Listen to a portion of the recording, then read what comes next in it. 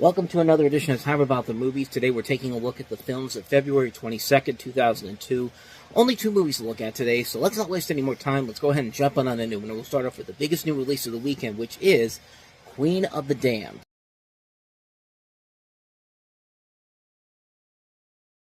Well, I beg your pardon. I mean, it's Anne Rice's Queen of the Damned, because, of course, we got to have that name in there, because apparently that's a draw for this movie, I guess. And, okay, whatever. But this is, of course, based off of Anne Rice's The Vampire Chronicles, which has been made into...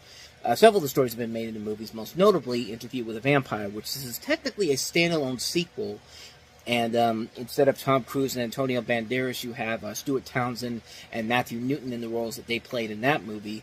But most notably, this film also stars Aaliyah. And this was a big deal because Aaliyah made this movie before she passed away in August of 2001. She died in a plane crash. And they basically kind of used that to sell the movie here because this is the last film that she was in. And I guess in some ways it worked out because the film did a decent amount of money at the box office, but not enough to really make this a hit by any means necessary.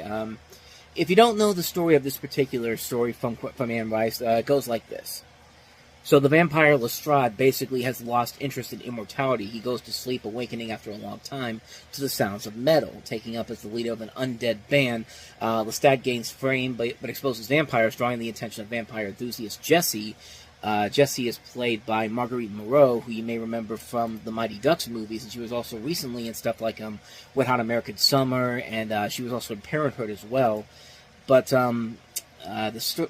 she plays Jessie in this, and his music also awakens the Queen of the Damned, Akasha, played by Aaliyah, who's the first vampire, and decides to make Lestat her king.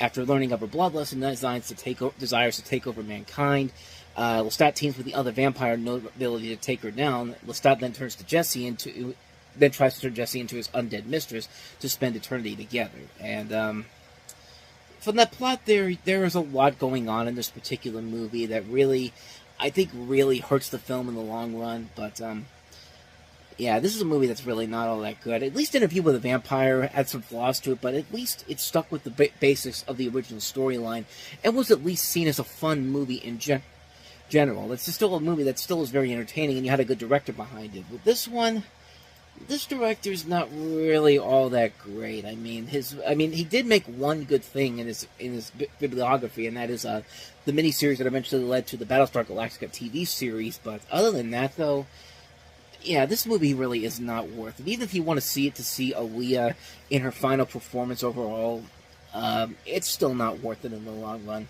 Yeah, it's got a nice little gothic look to it, but the film overall just really isn't that engaging or all that interesting. It feels like a movie that was made not by Warner Brothers, but by the WB, because the WB was known at that time for doing, like, a largely teen-oriented lineup of shows, melodramas and all that. It feels like the people who made those WB shows made this particular movie in general, and it hurts the film in the long run. It's a film that just is really dull and really does not have a whole lot of energy to it whatsoever. And you can't really get behind the leads in this movie all that well because they're not really written all that well in general. And it does hurt the film in the long run. I mean, I think with a better director and a better script, maybe they could have had something here, but I don't know. It just didn't work for me. But luckily, these stories have turned out into a much better thing later on down the road with AMC having done the Interview with the Vampire series. And I think they've also done the Vampire Chronicles as one of the other spin-offs. I thought there was another one called A Discovery of Witches or something. A Discovery of Mayfair Witches is what it's called. I thought it was something called A Discovery of Witches, but no.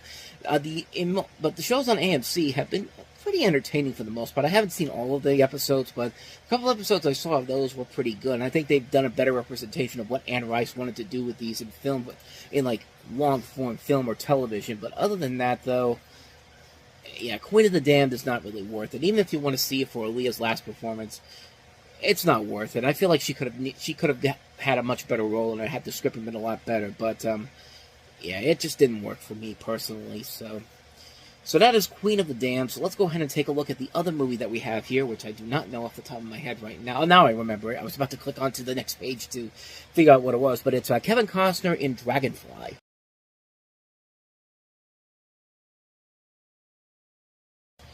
From the same man that gave us the heartwarming comedies of The Nutty Professor and Liar Liar. You would not think that this was made by the same director of those movies, but the last movie he directed was Patch Adams, and I guess Universal saw that and said, this guy can clearly do drama. Give him another one to work on, and well, this isn't really that great of a drama or a thriller or whatever the hell it's trying to be.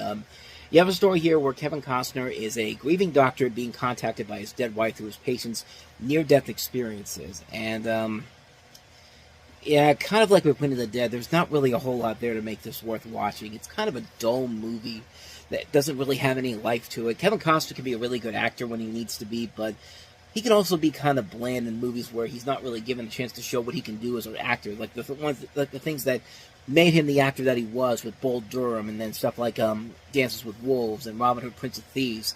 But in a movie like this, it's just him collecting a paycheck. There's nothing about this role that really makes it worth it in the end. The story isn't really that interesting. It is very melodramatic at times. It's very cliched riddled, and it has a lot of the same problems that Patch Adams does. Like, it's a movie where there's a good story in there, but the way it's represented and the way that this director's handling it, it just doesn't work out. And luckily, Tom Shadyac went back to doing comedy after this, because his next movie was Bruce Almighty, which turned out to be a much bigger success for him. And then, of course, he followed that up with Evan Almighty, which not quite as the big success it was, but certainly better than what this movie was. Yeah, I can't really get behind this movie in particular. It's a movie that just feels like there's too many things about it that really are just all over the place about it. The story is not that engaging. The visuals are not that impressive. The moments where you're supposed to feel emotional feel melodramatic and emotionally manipulative. Like, it's not a good movie whatsoever. And it just goes to show that this director can make good movies if you give him a good material to work with here. But Patch Adams, Dragonfly, yeah, just goes to show you that he can't really do drama all that well, unfortunately.